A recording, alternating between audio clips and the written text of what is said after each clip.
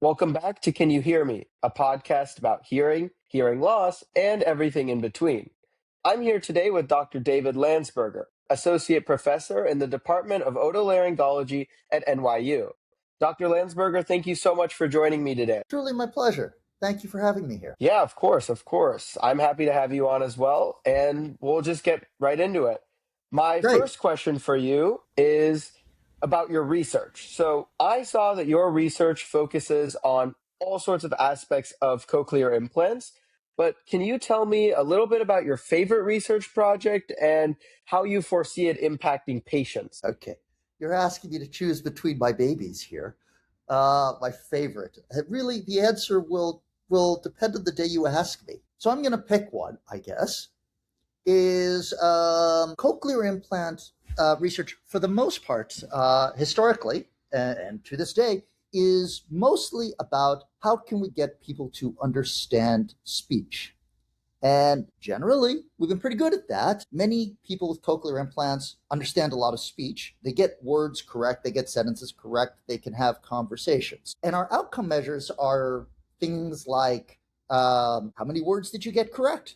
Percentage correct, for an example. But I've become very interested in not whether or not people understand words, but how the auditory signal, whether that's words or if it's music or the environment, how it sounds. So that could be things like music or tone or color, or it could be things like emotion, sarcasm, intent. Understanding the words is only a small fraction of what people hear. So I've become very intrigued by what do people with cochlear implants hear, as opposed to what words do they recognize and identify. Something that has really frustrated me is that as somebody without an implant, it's incredibly difficult to know what people with a cochlear implant hear. We've had lots and lots of cochlear implant simulations in the field.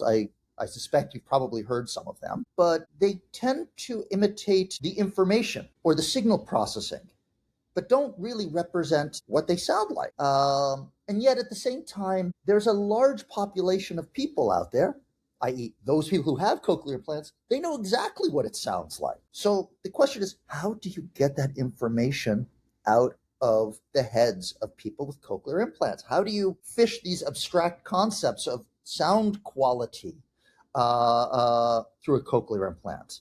Intonation with the cochlear implant. How do you get them out of, how do you get that information out of them? And so this has been one of my big questions that I've been studying recently. It's been a heck of a lot of fun. Yeah, I mean, that's really cool. And honestly, you're right. I have seen some of those simulations online.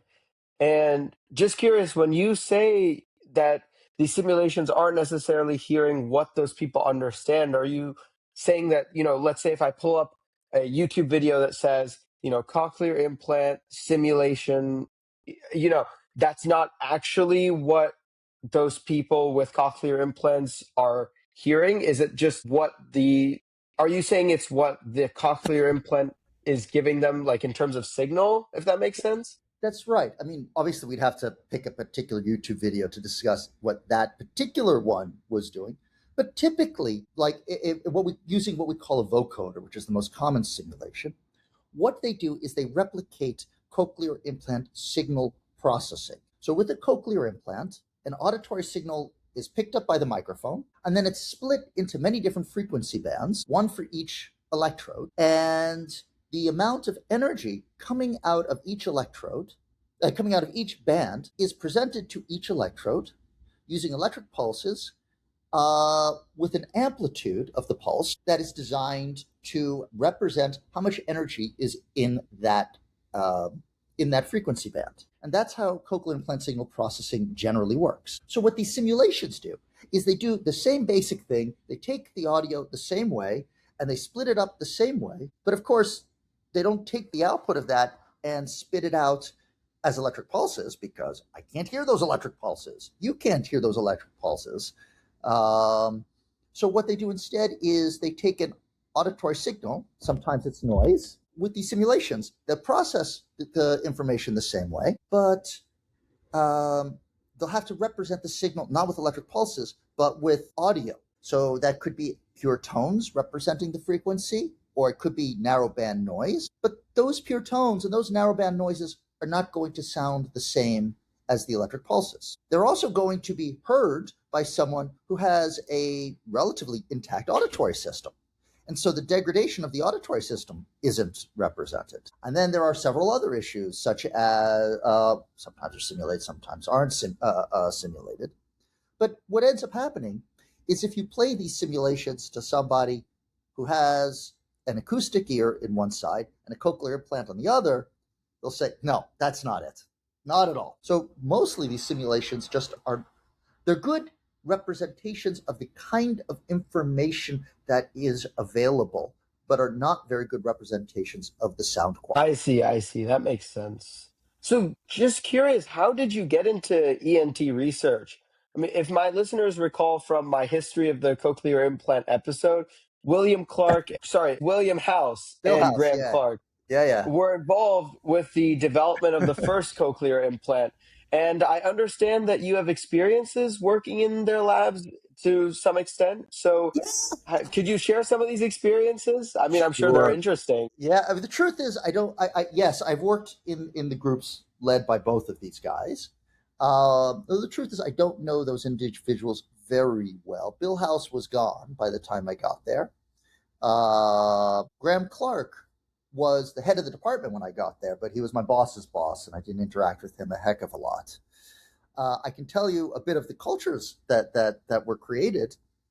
My first job in the auditory domain was at the University of Melbourne in the department that Graham Clark ran, that developed the original Melbourne prototype, which became the Cochlear brand device.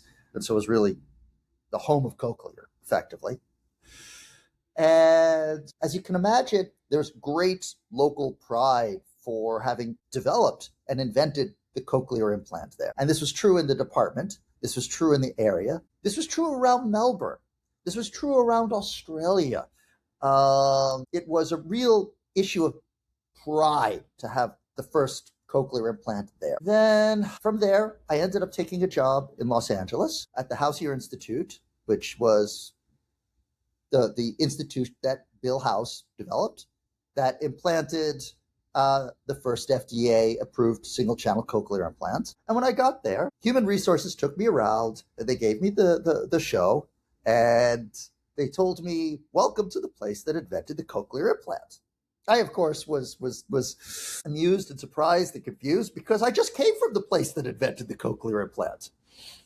And so I went to go see my new boss at the time, Bob Shedd, and said, okay, Melbourne invented the implant. House invented the implant. What's the truth? And he looks at me and smiles, goes, neither of them are true. So we could talk about that a little bit. But honestly, anybody who's listening, go back. There's an earlier episode of the podcast that covers the history of the cochlear implant really well. I suggest you go back and take a listen. But the part of this experience that I would really love to tell you about, though, I mean, I can talk to you about Bill House. I can talk to you about Graham Clark, these pioneers of the original implant. But I really would love to tell you actually about this guy, Rod Saunders, if that's okay. Rod was the first person in Melbourne to get a prototype cochlear. So Graham Clark, back in the 70s, is thinking about cochlear implantation. They want to build a cochlear implant. They have this idea. Now, they need, of course, somebody to test it on. So this guy comes in. He got into a car accident shortly beforehand, and it damaged his temporal bone. And Graham Clark turns to him and says, we have this idea. We'd like to try to put some electrodes into your cochlea and try to stimulate it and see if you can hear again, see if you can hear something. Now, of course, the design of the implant was literally historic, and there have been books written about it, and these are stories that should be repeated. But I always want to have the story out there about not just those guys, But the guy who was foolish enough to say, gee, that sounds like a good idea. Sure, put one in my head. Let's try it. There was no glossy brochure that he could look at to see if it worked. There were no other patients you could talk to see what the experience was like. There was no sound processor or anything out there to work with. This was purely an experimental thing. So he made a deal with Graham Clark that for 2 years, he would come in 40 hours a week to the laboratory, and they would try to figure out, once they put the device in his head, how to make him hear with it. There was no processor to send him home with. He was deaf. So he would sit there, and they hooked him up to a rack of equipment, and they tried to make him hear something. Now, I was very lucky that 30 years later, when I finally got to Australia, he was still there coming in regularly. So I got to hear all these stories directly from him. And the way he tells the story was, for the first period of time, I'm going to say a month, I'm not sure if that's true, they sat there and he heard nothing. They couldn't get it to work. They could not get it to work. And they thought the project was a failure. Turned out everything worked great. They had a bad cable. But it took them a very long time to figure this out. Anyway, so this man, he did his 2 years there, 40 hours a week. But then after that, he kept coming in for research. And he was a research participant basically for the rest of his life. He would have passed on 10, 15 years ago, but like for decades he came in. And a very large percentage of what we know about cochlear implants, how to create a signal, make a sound, work with the very first sound processors, are thanks to this man's willingness to get an experimental device put into his head and willing to come in and work with it. Now, Rod's one of my heroes, and I knew him reasonably well. But there are multiples of this sort of person. So there's, of course, the first person to get a device from house. There are the first people who got the early devices from Austria. And, the French have history of those patients. It's not so well captured, but they're there. There was a whole bunch of early Interate patients in the United States. Like there are a handful of these patients for whom we, as a field, owe unbelievable amounts of gratitude to it. And I think they get forgotten to history. I really want to make sure they don't. Yeah. I mean, that was a great story. And I really do think it is a good thing for us to document these people's stories because, without people like you said Rob Rod, Sanders. Rod Yeah. Sanders, yeah. Without him, I mean, Saunders. where would the field be? I mean, it's crazy to think about. But I mean, thinking more towards the future, is there something specifically in cochlear implant technology or just hearing loss treatment as a whole that you're particularly excited for? Yeah, I mean, lots of things. Again, wonderful open-ended question. Have to decide on something. Okay, I can answer this many ways. As a field, I can talk about for the field, and I can talk about for David, which are not necessarily the same thing. I mean, for the field, the hair cell regeneration, optical stimulation, these sorts of things, optogenetics, are very exciting and really, really promising. But that's not the field I play in. I'm really excited for lots of things. Okay, I'm hesitating. And the reason is because I'm going down all these very fine and nerdly paths. Okay, so the thing that comes to my mind, and I'm talking about a brand, which I shouldn't, but I'm going to.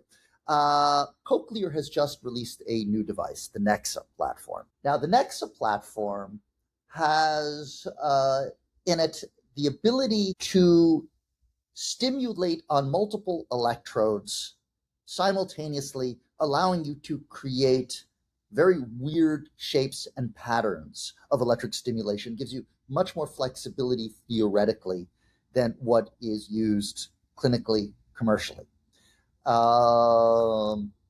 And I am very excited for the ability to use this tool going forward to try to create new patterns of electric stimulation in the cochlea. This is something I'm very excited about.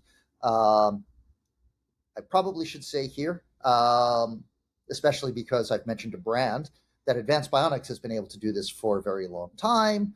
But I am now happy that there's going to be more opportunities for this, and each device, of course, has their own features, so there are new things to play with. And boy, am I being technical babble. Sorry. No worries, no worries. That does sound pretty cool. So, I mean, we've talked about a lot today, but is there anything else you would like the audience to take away from our discussion? Well, trying to think. There's so much out there. Um, is this a good time for me to plug HLAA? Yeah. Good. Okay. I want to plug HLAA for those of you who don't know it. Uh, HLAA is the Hearing Loss Association of America. It is an organization that works it's for people with hearing loss by people with hearing loss. And it does a combination of self help, uh, advocacy, and education.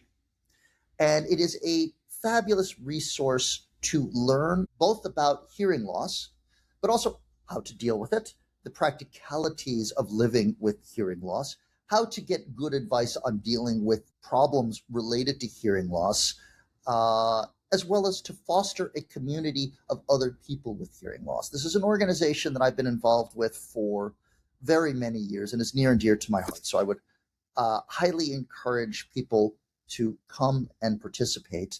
We have meetings once a month on Tuesdays via Zoom for the hearing loss, the New York City chapter, at least, of the Hearing Loss Association of America. However, since COVID, we've been on Zoom, which means, despite being a New York City chapter, we actually both welcome and have people from around the country, occasionally outside the country, joining us. So we would love to recruit you. Please come and join us. That sounds pretty cool, and I think I'll have to join one of these meetings sometime too. I So, would encourage that, actually.